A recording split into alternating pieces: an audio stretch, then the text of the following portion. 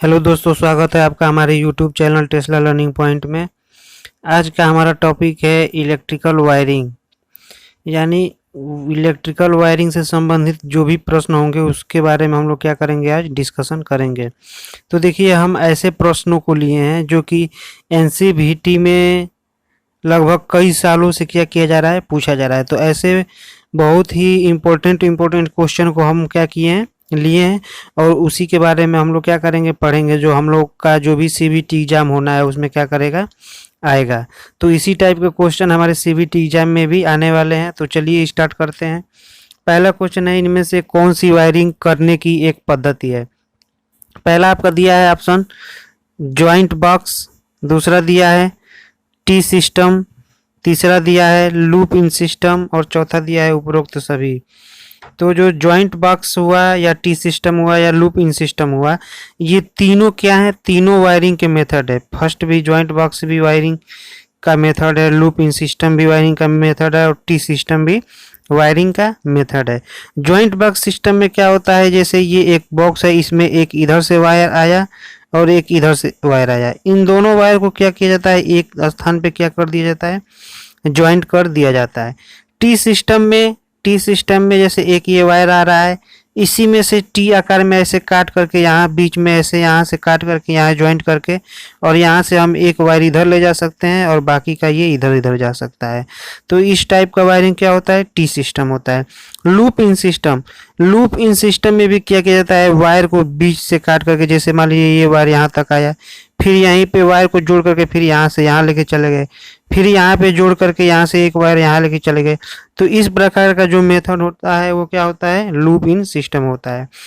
तो joint box, T system, loop in system तीनों क्या है, वायरिंग का एक पद्धति है। तो जो इसमें ऑप्शन सही हो जाएगा वो क्या हो जाएगा, डी ऑप्शन सही हो जाएगा। नेक्स्ट क्वेश्चन हमारा है, आईएस अनुशंसा के अनुसार सीलिंग पंखे के निचले भाग तथा फर्श के बीच क्लियरेंस निम्न में से कम नहीं होना चाहिए। यानी सीलिंग के पंखे के निचले भाग तथा फर्श के बीच क्लियरेंस, यानी कहने का मतलब क्या है कि जैसे आपका ये क्या हो गया, ये सीलिंग फैन हो गया, ठीक। तो सीलिंग फैन का ये जो निचला भाग है, यानी ये जो पोर्शन है, यहाँ से लेकर के और जो आपका नीचे ये फर्श है, ये हमारा क्या है, फर्श है। तो यहाँ से लेकर के और इस फर्श के बीच की दूरी क्या किया जा रहा है, हमसे पूछा जा रहा है। तो ये दूरी कितना होना चाहिए, तो ये जो इन दोनों के फर्श से और पंखे के निचले भाग के बीच की जो दूरी होती है वो क्या होती है, 2.40 मीटर। 2.40 मीटर से क्या होना चाहिए, कम नहीं होना चाहिए। तो जो हमारा ऑप्शन हो जाएगा, डी ऑप्शन क्या हो जाएगा, सही हो जाएगा। देखिए, ये बहुत ही इम्पोर्टेंट क्वेश्चन है। देखिए, ये एनसीवीटी 2018 में पूछा गया है। नेक्स्ट हमारा क्वेश्चन है, घरेलू वायरिंग में 2 पिन के सॉकेट को प्रयुक्त नहीं करना चाहिए जब तक संयोजित होने वाला उपकरण निम्न हो। पहला ऑप्शन दिया है दोहरा अर्थ, दूसरा दिया है दोहरा विद्युत रोधित, तीसरा दिया है ईएलसीबी के द्वारा नियंत्रित, और चौथा दिया है एमसीबी के द्वारा नियंत्रित। तो घरेलू वायरिंग में जो 2 पिन के सॉकेट को प्रयुक्त नहीं करना चाहिए जब तक कि वो संयोजित होने वाला उपकरण दोहरा विद्युत रोधित, यानी डबल इंसुलेटिंग जब तक ना हो तब तक क्या करना चाहिए, यूज नहीं करना चाहिए। तो ऑप्शन बी क्या हो जाएगा, इसका राइट आंसर हो जाएगा।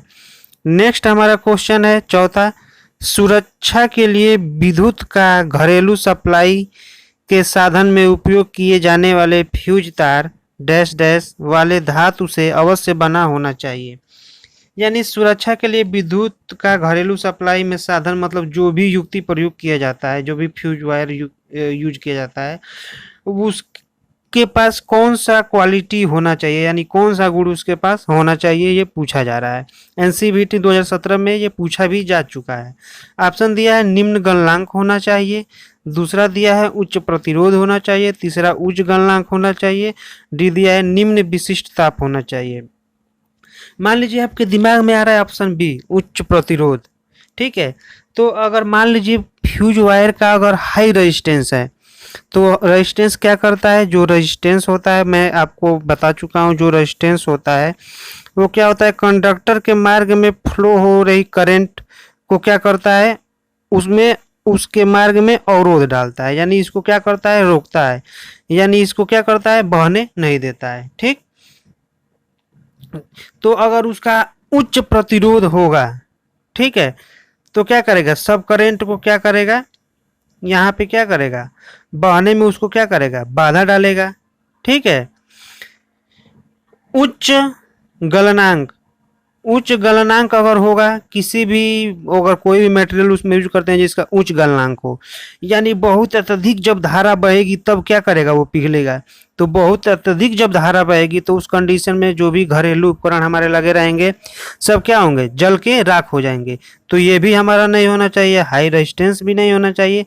निम्न विशिष्ट ताप, यानी जो इसका टेम्परेचर हो वो निम्न विशिष्ट ताप भी क्या होना चाहिए, नहीं होना चाहिए।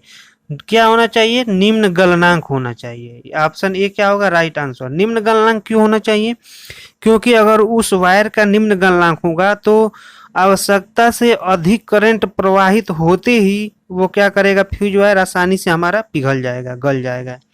निम्न गलनांक रहेगा तभी आसानी से क्या करेगा, वो पिघलेगा। तो इसलिए हमारा आंसर क्या हो जाएगा, निम्न गलनांक। ऑप्शन नंबर ए क्या हो जाएगा, सही हो जाएगा। नेक्स्ट क्वेश्चन दिया है, कंटिन्यूअस बस बार को वायरिंग करने के लिए मटेरियल का उपयोग होता है। ठीक है, कंटिन्यूअस बस बार को वायरिंग करने के लिए मटेरियल का उपयोग होता है, यानी कंटिन्यूअस बस बार का अगर वायरिंग करना हो तो इसके लिए कौन सा मटेरियल यूज करेंगे, एल्यूमिनियम यूज करेंगे, तांबा यूज करेंगे, शीशा यूज करेंगे, पीतल यूज करेंगे। तो देखिए जो कंटिन्यूअस बस बार होता है उसके लिए तांबा का यूज नहीं करते हैं, पीतल भी यूज नहीं किया जाता है, शीशा भी यूज नहीं किया जाता है, एल्यूमिनियम का यूज किया जाता है। ऑप्शन ए क्या हो जाएगा, सही हो जाएगा। नेक्स्ट हमारा है, सार्वजनिक इमारतों में आमतौर पर कौन सा वायर सिस्टम लगाया जाता है, यानी कौन सा वायरिंग सिस्टम लगाया जाता है सार्वजनिक इमारतों या ऑफिस में, कौन सा वायरिंग सिस्टम लगाया जाता है। तो देखिए हमारा ऑप्शन पहले दिया है क्लीट वायरिंग, दूसरा केसिंग केपिंग वायरिंग, तीसरा सीटीएस वायरिंग और चौथा कंड्यूट वायरिंग। तो जो सार्वजनिक इमारतें या ऑफिस होते हैं उसमें हम लोग क्या करते हैं, कंड्यूट वायरिंग का प्रयोग करते हैं। कंड्यूट वायरिंग जो होता है वो क्या होता है, कंड्यूट वायरिंग यानी पाइप का जो वायरिंग होता है, पाइप में, पाइप वाले वायरिंग को हम लोग क्या बोलते हैं, कंड्यूट वायरिंग बोलते हैं। इस पाइप के अंदर से हम लोग क्या करते हैं, कंडक्टर को डाल करके और वायरिंग किया जाता है।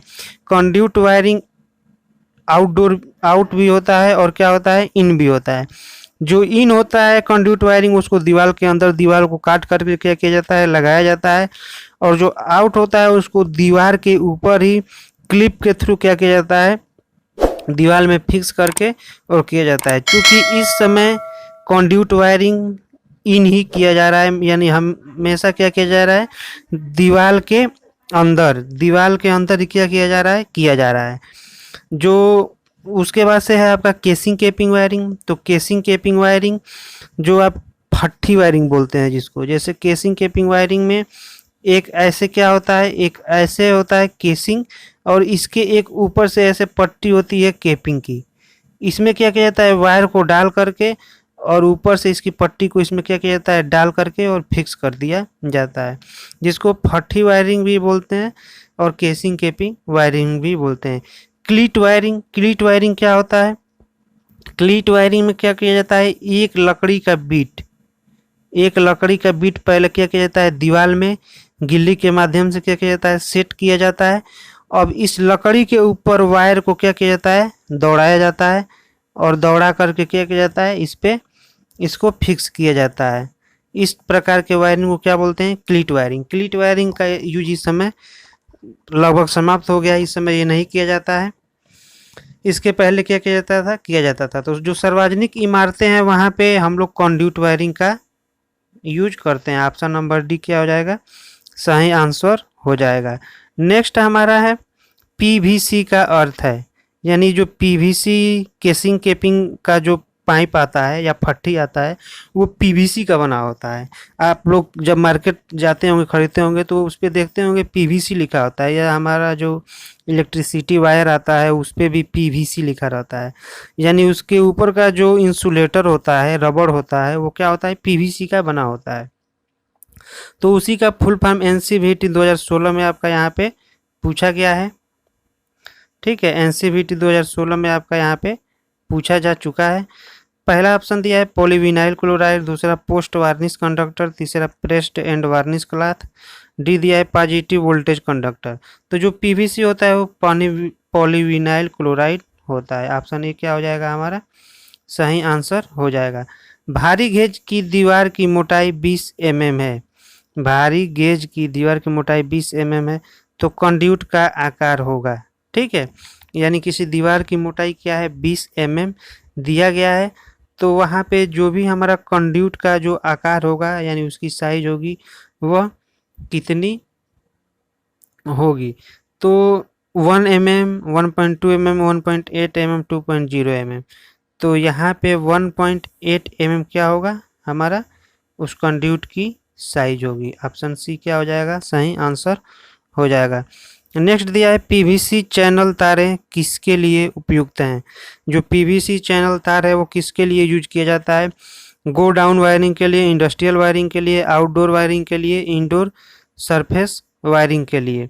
तो जो पीवीसी चैनल तार होता है वो इंडोर सरफेस वायरिंग के लिए यूज किया जाता है। ऑप्शन डी क्या हो जाएगा हमारा सही आंसर हो जाएगा। नेक्स्ट है कंड्यूट एल्बो उपयोग किया जाता है। कंड्यूट एल्बो जो होता है वो किसके लिए उपयोग किया जाता है, कनेक्शन दोहन के लिए, तीखे कोने के लिए, सीधे रन के लिए और दीवारों से दूर करने के लिए। तो कंड्यूट एल्बो जो होता है वो कनेक्शन दोहन के लिए क्या करते हैं हम लोग यूज करते हैं। Option A. नेक्स्ट हमारा क्वेश्चन है छत स्लैब में इस्तेमाल जंक्शन बॉक्स की गहराई कम से कम होनी चाहिए। यानी जब छत का स्लैब डाला जाता है तो उसमें जंक्शन बॉक्स क्या किया जाता है डाला जाता है, तो उसकी गहराई कितना होना चाहिए ये आपसे क्या किया जा रहा है पूछा जा रहा है। दिया है ऑप्शन 75 mm, 70 mm, 65 mm और 60 mm। ठीक है, तो हमारा 65 mm क्या हो जाएगा सही आंसर हो जाएगा सी।